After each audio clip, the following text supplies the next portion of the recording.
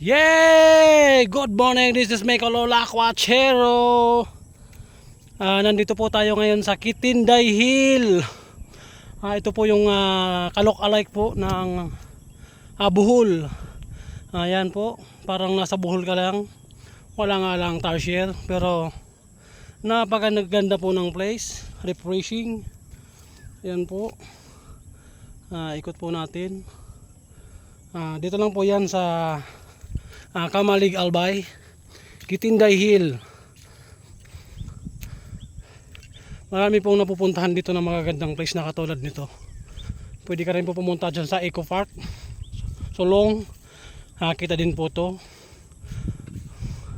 Doon po sa unahan, nandyan po yung underground river ng Hobilyar. Yan. Dito lang po yan, oh. Para ka lang nasa Bohol. Yan. Share ko lang po sa inyo. Pangalawang beses ko po umakyat dito. Yung stair po dyan ay sa simentado naman po. Saka yung kalsada simentado po. Ano po yung Mayon Volcano. Medyo tago lang po siya ng clouds. Ayan. Wow. Refreshing.